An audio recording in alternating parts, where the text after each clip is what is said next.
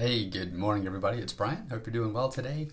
Uh, Thursday?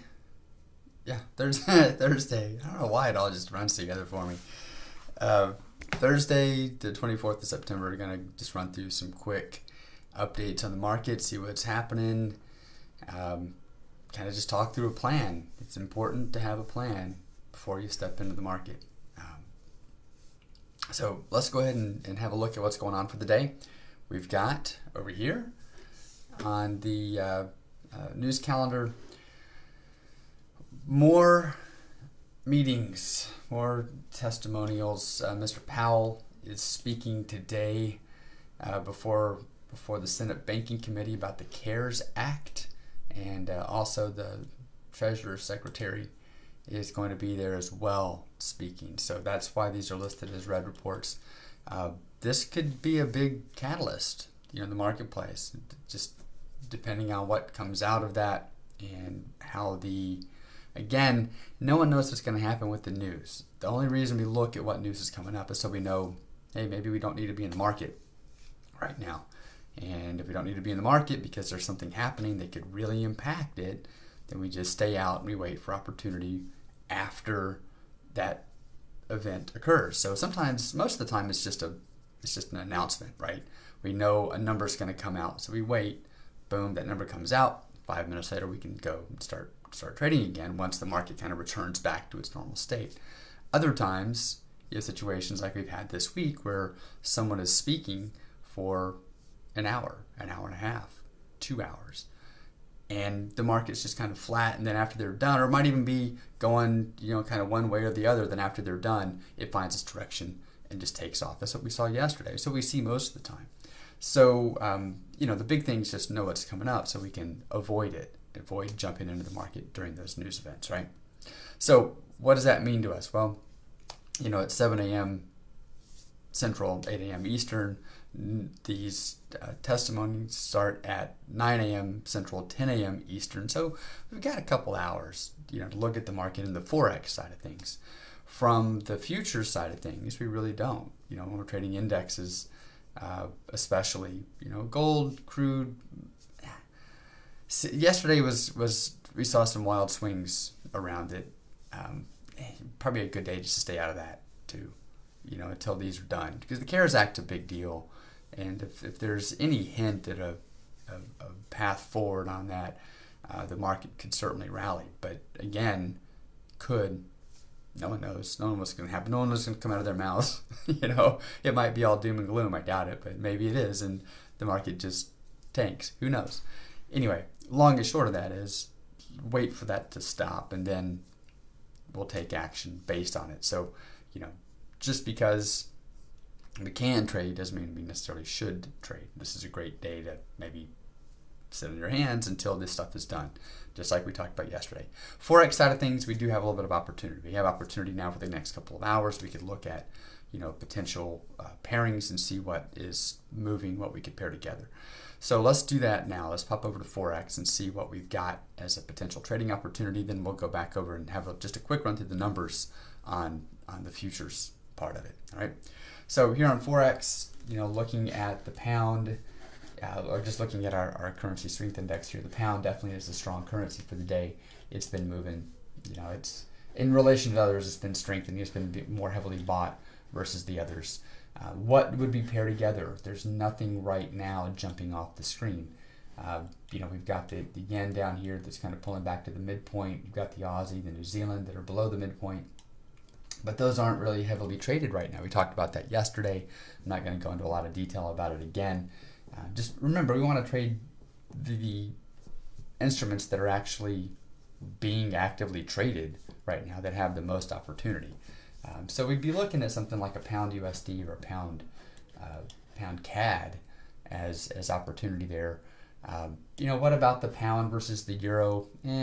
That one has an average range of about 70 pips, 80 pips on the high side. It's already moved that.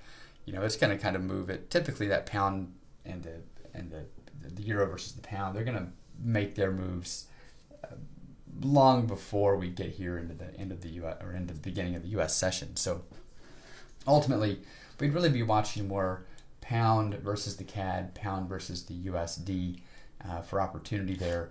Pound versus the CAD, it's currently sitting. It's moved like 95 pips for the day. Its average is around 140, 150. So is there opportunity there? Yeah, I think there's opportunity.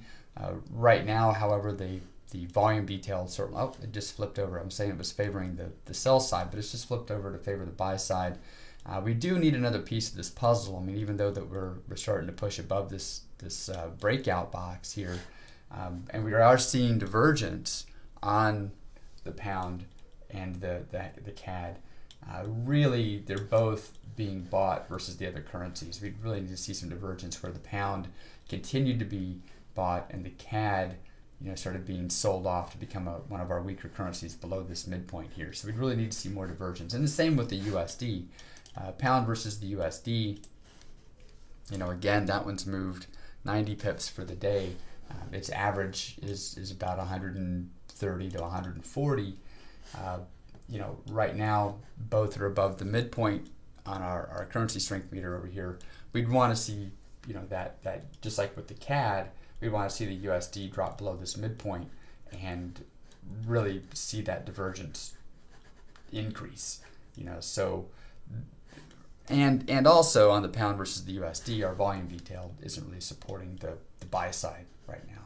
So we want to see not only do we need to see the divergence on the currency strength meter, we also want to see that the volume detail is supporting the direction that we want to be trading in based on what we've come up with there. So pound CAD, pound USD, both viable opportunities if we get the right conditions. So close, it's not quite there yet, but something certainly to watch, at least for the next hour. If it doesn't happen and we start getting close to news, then it just doesn't happen. Don't trade it. All right. Heading over to the futures side of things. Let's just look at this screen over here. Futures side of things. Big moves down yesterday. Big move yesterday following Mr. Powell's testimony. And today we're still in a short bias. So we've got the 4 hours in a short bias, 30 minutes in a short bias. So we'd be looking to go short. That's what that's telling us. We'd be looking for short trading opportunities. So what does that look like to us? Well, not a whole lot until after news. So if that's after your trading time, after they get done talking, then you don't trade for the day.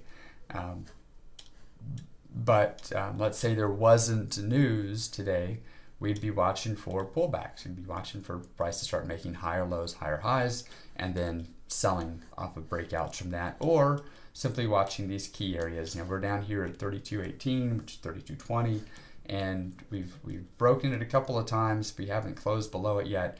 We want to see how this price ends up acting around this 32.20 area. Certainly, if we close below, we'd be looking down here to 3200, maybe even 3190 as that next level down. But for right now, for all of these, we're just a good idea to sit on our hands until we really know what's going on post news. I typically would say something like, if you just absolutely have to take a trade, here's what you're going to do. I'm not even going to say that today. Wait for the stuff to be done. Just wait for the news to be done, and find go with the direction that the market's taking it post news. Don't keep jumping out there, ahead of everything, because risk preservation is the name of the game here. And there's a saying, there's a lot of bold traders and there's a lot of old traders, but there's not a lot of old bold traders. And that just simply means that the guys that are in this game for the long period follow a set of rules. They're not winging it every day. Following a set of rules, understanding that losses are part of the game. They're not constantly trying to reinvent their system and constantly trying to reinvent this and reinvent that and chasing the next greatest thing that's going to give them a 90% win rate. They're being methodical, and that's what it's all about. So, if we don't have the trade, we don't have the trade, we don't take the trade. I'm not even going to keep saying if you absolutely have to do anything. I'm just going to start telling you right now, if the trade's not there, it's not there. So I'm going to leave it with that.